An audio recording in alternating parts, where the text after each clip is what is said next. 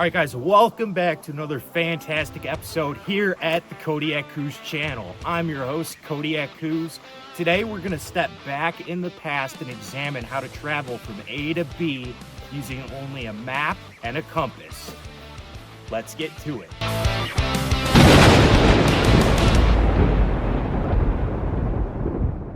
All right, guys, first things first, we're lost. Well, we're not lost, but we're oh, no.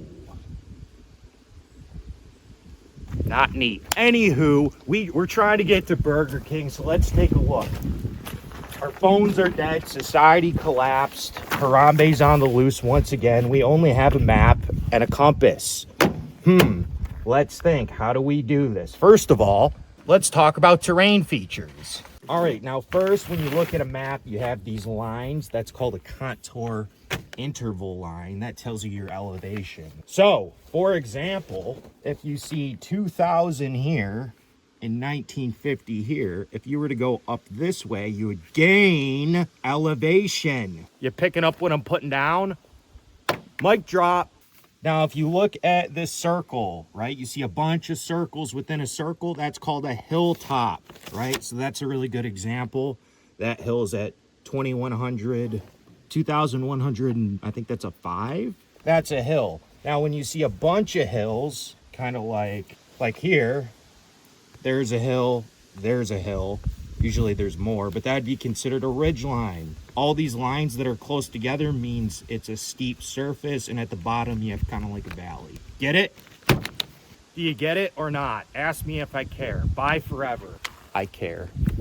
Now, we want to get to Burger King, so first, we're gonna have to orient our map. So let's get to it. All right, first things first, we have our map here on the ground. You don't want it on anything with metal in it because it's gonna throw your compass off. Not so neat now, is it? So first, we look on our map for this little chart. It says grid north, true north, and magnetic north. Now, your compass will point to magnetic north. Get it? Because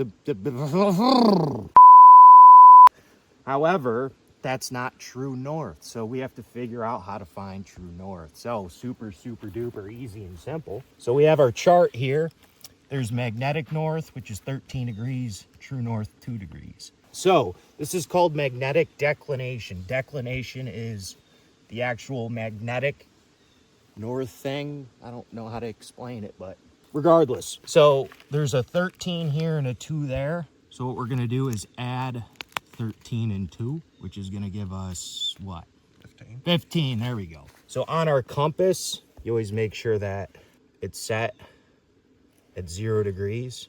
So what did we say, 15 degrees? So inside your compass, you have your declination adjustments. That's that little red thing. Oh, my hands look really dirty on this camera. I swear they're not. So I'm gonna move this to 15.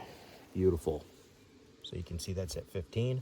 Now we have to orientate our map. Now, what we're gonna do is we're gonna set our compass right there on this north facing line. And all we're gonna do is we're gonna rotate the map until that red needle is in that red thing. It's called red in the shed or dog in the doghouse. So we're rotating our map. Back problems. So a little more. So boom, red in the shed. We are now facing north. Land ho! Actually, there's land all around us, but that's okay. Yes. So, our map's oriented north.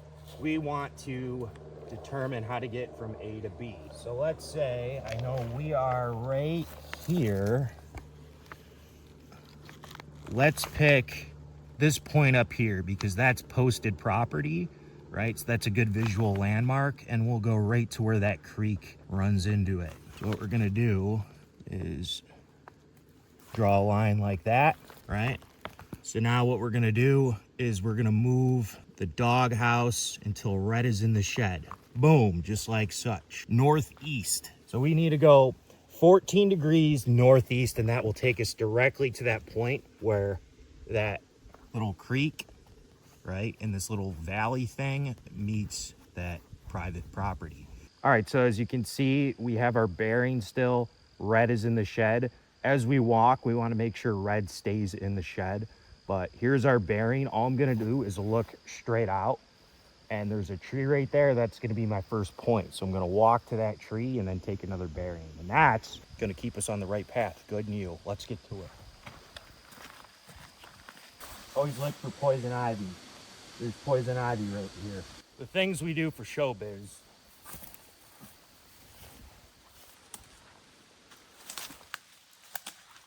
So if you can look out, there's that tree right there, right? I looked out at my compass, red's in the shed, that's directly straight. So I go to that tree, repeat, repeat, repeat until we're there. Let's give it a go. What's up?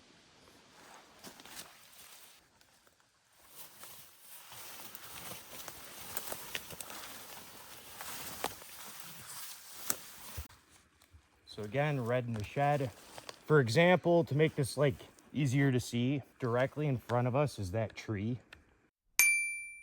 So again, we just have to like keep walking to places like that, take another sighting, find something directly off in the distance that aligns with this. And that's kind of all you do. Yes. Good, you? See any like Dilophosaurus? Dilophosaurus? Yeah. I see a couple Declosauruses. What about pilgrims? Happy Thanksgiving, pilgrims. What if that was a thing? Like pilgrims are really like supernatural beings that like haunted the planet. They're interdimensional travelers, just like Bigfoot. Yeah, that's what it is. And that's, ladies and gentlemen, how you got oatmeal. Yeah, I feel like not a lot of people know that, but oatmeal actually stemmed from Bigfoot hunters. So when you do this, it feels like you're not walking in a straight line, but if you do it right, you are. Something to think about. You're going to think about it. Did Gandhi say that? He could have. I'm not a scientist. How would I know? Who do you think would win, 2 velociraptors or 4 hippos? If it was 5 hippos, I'd say the hippos. Not 4. You mean hippo is in like the animal or the medical law? I think that's hippo. Same thing. Oh, wow. There's a shelter for you. Yes, sir. That's where I was born. 58 years ago. How many years? 58. You look it. How old is Kodiak Coos? At least 10. On paper or in real life? What would the difference be? Yes. What if we ended up back at the road?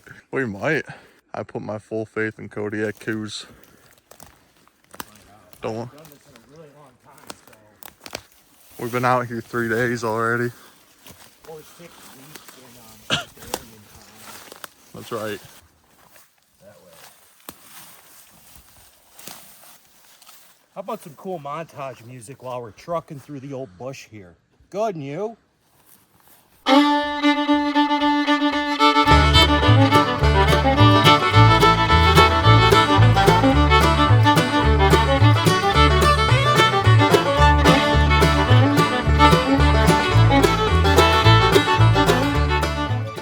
Do you think that guy from 1883 would like this? Who? The guy would say, "Yes, ma'am. You too pretty for me." He'd probably be upset because he doesn't have a horse That's true. or a positive attitude. Good, and you? PMA. All right, I'm going to need your help because you're tall. Yeah. Like Big Bird. See that tree? It's darker. Yeah. Yeah. 1, 2, 3. That's right where we want to go. You want me to lead the way? No, I'm going to go around this way. All right. What's that there? That's my old tree stand, sir. Your old tree stand. No. We're awaiting confirmation. Please stand by. Oh, I know. That's Mr. Zane's tree stand. Mr. Zane. Shout out Mr. Zane. In fact, my very first tree stand used to be around here somewhere. And then they did selective cutting and destroyed it. Not neat. But yeah, let's get the hauling. We made it. Land ho. Land ho, sir. You think cruise ships, like, people say that when they see land?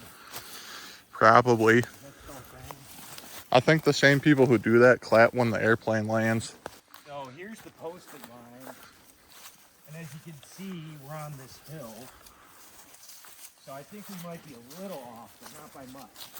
I mean, hey, for like basic general direction, if you live like on the east or in the Midwest, still a pretty productive way to find roads and larger landmarks. But as you can see, it will open up more down here, I think. But this is like pretty much exactly on that map, like that spot we were trying to go. And mind you, I'm not an expert, but like, you know, general direction. I also failed the first grade, so there's that. If you get lost, you can always sue him. Not me, the dog. He's the one with the money. It's the map. Where's Dora when you need her? Dora! The fox got her. All right. What are we looking at here? So, where's my compass, or compi, the plural version. Handy dandy compass. So, all right, so we started out here. And yeah, I mean, we're pretty spot on. So as you can see, these contour interlines point up and they kind of go down. So that's this little creek. You can kind of tell how it dips down and it goes right into where it curves. So yeah, we're probably about here now and that's where we came out. So yeah, I mean, I would say we're pretty spot on. Thoughts, Jared? Concerns? This is really weird. Yeah. I don't like this. Also, another thing I didn't show you guys, if you look down here, you also have your scale. So this will tell you like your distance. So like from here to here, that's 1 mile. So that's at,